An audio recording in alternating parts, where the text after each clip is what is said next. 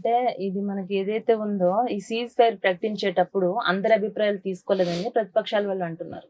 వాళ్ళు ఆరోపిస్తున్నారు. నేనేం చెప్తున్నా అండి, హ్మ్. వాళ్ళు ఏది మోదీ గారు దేశ భవిష్యత్తు ప్రజల సంక్షేమం గారికి పాటుపడతారు. హ్మ్. ఇంకా అందులో డౌట్ అనేదే లేదు. సో మనం ఆయన మీద పూర్తి భరోసాతో ఉండాల్సిన అవసరం లేదు. హ్మ్. అంటే పాకిస్తాన్‌ను మట్టి కరిపించాలని, భవిష్యత్తులో మన జోలికి వాళ్ళు రావద్దని చెప్పి, అంటే గట్టిగా యుద్ధం చేయాలని ఇక్కడి నుంచి అందరూ డబ్బులు పంపించడం జరిగింది. అంతేకాదు చిన్న పిల్లల దగ్గర నుంచి కూడా ఉద్యోగస్తులే కావచ్చు, రాజకీయ నాయకులే కావచ్చు, వాళ్ళ జీతాలు సైతం వాళ్ళు ఇవ్వటం జరిగింది. కానీ ఎందువల్ల సడెన్‌గా ఇలాంటి నిర్ణయం ఏ నిర్ణయం తీసుకోవాల్సొచ్చిందంటే చెప్తున్నా కదండి, ఏ నిర్ణయం తీసుకున్నా మన మంచికే తీసుకునే నాయకుడు హ్మ్. నిస్వార్థుడు మోదీ గారు. హ్మ్. సో మోదీ గారు ఎట్లాంటి నిర్ణయం తీసుకున్నా దానికి కట్టుబడి ఉండాలి. హ్మ్. టాక్స్ ఇవాళనే ఉన్నాయి కదండి, అవును. తొందరగా మనం జడ్జిమెంట్ చేయాల్సిన అవసరం లేదు. హ్మ్. వాళ్ళు 12కి వాళ్ళు టాక్స్ ఉన్నాయి. హ్మ్. సో మనం ఏది చేసినా డెఫినెట్గా మోదీ గారు ఈ దేశ సంరక్షణ గురించి చేస్తారు. అంటే పాకిస్తాన్‌తో మనం పర్మనెంట్‌గా ఇలాంటి పంచాయతీలకు ఫుల్ స్టాప్ పెట్టాలంటే అసలు పాకిస్తాన్ ఏం చేస్తే బావుంటుందంటారు మీ అభిప్రాయం ప్రకారం? Wait and see. ఎందుకంటే మనం నా పర్సనల్ ఒపీనియన్ హ్మ్. ఏంటంటే, మనం వాళ్ళని డ్యామేజ్ చేయొచ్చు, పెద్ద ఇది కాదు. దాని ఇంకా చాలా మనకు అందని ఎన్నో ఇష్యూస్ ఉంటాయి మేడం. హ్మ్. సో మోదీ గారికి సెంట్రల్ గవర్నమెంట్ తెలిసినంత ఎవరికి ఎవరికీ తెలియదు, తెలీదు. ఎవరికి తెలియదు. హ్మ్. దాని ఇంకా నెగిటివ్ ఏంది, పాజిటివ్ ఏంది. హ్మ్. ఇప్పుడు పాకిస్తాన్ వన్నులో భయం పుట్టించిరుగా, హ్మ్. బెండ్ చాలా. అయ్యిండ్రు కదా. ఇంత షార్ట్ పీరియడ్ లో బెండ్ అయ్యే దేశం కాదు హ్మ్. కదా. సో హీ నోస్ బెటర్, హ్మ్. లివింగ్ గాడ్ ఆయన.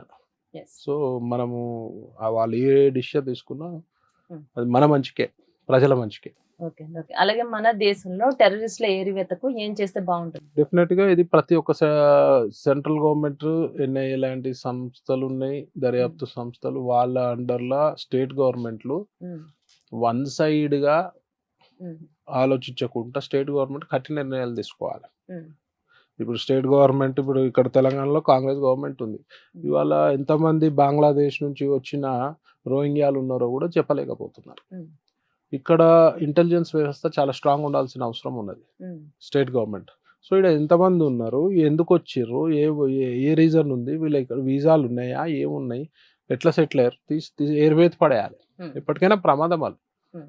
వాళ్ళు మన పొంచులో ఉన్న బాంబులు లెక్క వాళ్ళు, హ్మ్. ఎప్పుడు హ్మ్. వెళ్తాయో తెలివై. హ్మ్. సో డెఫినెట్గా స్టేట్ గవర్నమెంట్, ఇంటెలిజెన్స్ హ్మ్. వ్యవస్థ దీన్ని సీరియస్ తీసుకొని స్టేట్ గవర్నమెంట్, పాకిస్తాన్ వాళ్ళు కూడా ఉన్నారని చెప్పి 200 మంది పైన ఉన్నారని చెప్పి మొన్న ఒక కొన్ని న్యూస్ ఛానల్లో ఇచ్చారు. మరి ఎందుకు ఉన్నారు ఇక్కడ? ముఖ్యంగా ఎంఐఎం లాంటి పార్టీలు వాళ్ళ ఓటు బ్యాంకు గురించి, హ్మ్. బంగ్లాదేశ్ నుంచి వచ్చిన రోహింగ్యాలకి హ్మ్.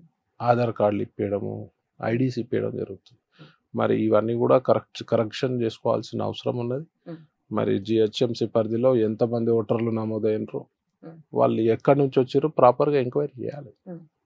సో ఆధార్ కార్డులు కూడా ఉన్నాయని ఒక సమాచారం ఉంది. హ్మ్. సో దీనిపై ఇమ్మీడియట్గా ఇక్కడ ప్రభుత్వం పట్టించుకొని మరి ఇట్లాంటి నా కొడుకులను ఏరివేయాల్సిన అవసరం ఉన్నది. హ్మ్. లేకపోతే మాత్రం రేపు స్లీపర్ సెల్స్గా కన్వర్ట్ అయ్యే ఛాన్సెస్ ఉన్నాయి. స్లీపర్ సెల్స్ కూడా ఉన్నారంటారు. Okay. So you have to be very careful. It's not safe actually.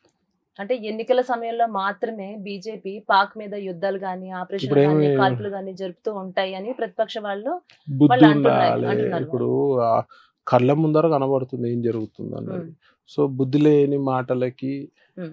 మాట్లాడాల్సిన అవసరమే లేదు. హ్మ్. ఈ టైంలో అందరూ పార్టీలకు అతీతంగా కలిసిమెలిసి ఉండాల్సిన అవసరం ఉంది. అలాగే సాగిస్తారు కూడా. ఎవరు హ్మ్. కూడా మంచి అవును. అన్ని ప్రతిపక్షాలు కూడా అన్ని కూడా కోఆర్డినేట్ చేస్తున్నారు, కోఆపరేట్ చేస్తున్నారు. హ్మ్. సో ఇది మున్ముందు వెళ్తే ఇప్పుడు పార్టీలు వేరే, భారతదేశం వచ్చే వరకు అందరూ యునైట్ కావాల్సిన అవసరం, భారతీయులం అనే ఒక హ్మ్. కాన్సెప్ట్ తోటి ముందు రావాలి.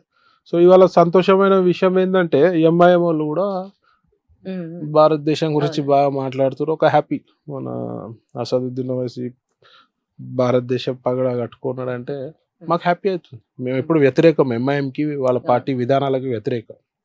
మా పార్టీ వ్యతిరేకం. మేము అందులో నేను ఇండివిజువల్గా యాజ్ ఎ కట్టరేందు నేను కూడా వ్యతిరేకం. హ్మ్. కానీ ఈ మధ్య ఆయన స్టేట్మెంట్స్ ఏవైతే ఇస్తారో చాలా అద్భుతంగా ఉన్నాయి. హ్మ్. మరి ఇట్లాంటి స్టేట్మెంట్స్ వల్ల హ్మ్. కొన్ని యాంటీ సోషల్ ఎలిమెంట్స్ కూడా కామ్ డౌన్ అవుతాయి కాబట్టి అంటే కేవలం ఎన్నికల స్టంట్ మాత్రమే అనేటటువంటి వాళ్ళకి మీరు